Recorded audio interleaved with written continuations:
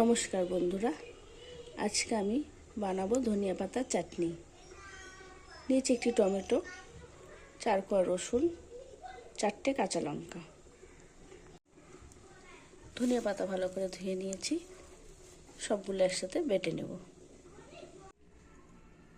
ধনিয়া পাতাগুলোকে কেটে মিক্সির জারে দিয়ে দিয়েছি। একই সাথে সব উপকরণগুলো দিয়ে দেব। দিয়ে দিলাম রসুন, কাঁচা লঙ্কা,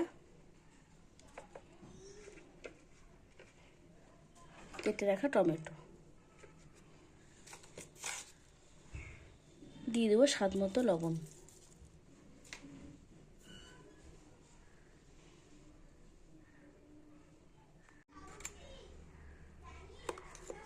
মিক্সিতে ঘোরানো হয়ে গেছে, দেখুন কত সুন্দর হয়েছে। আপনারা চাইলে পাটাও বেটে নিতে পারেন, পাটায় বাটলে বেশি স্বাদ লাগে খেতে।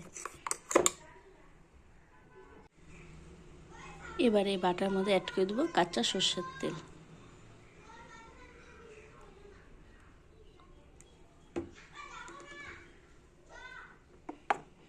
তেলটাকে সুন্দর করে মিশিয়ে নেব।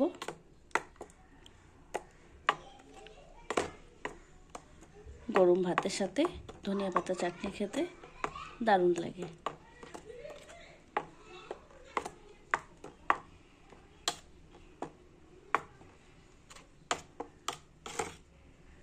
খুব সহজে, খুব তাড়াতাড়ি তৈরি হয়ে গেল ধনিয়া পাতা চাটনি।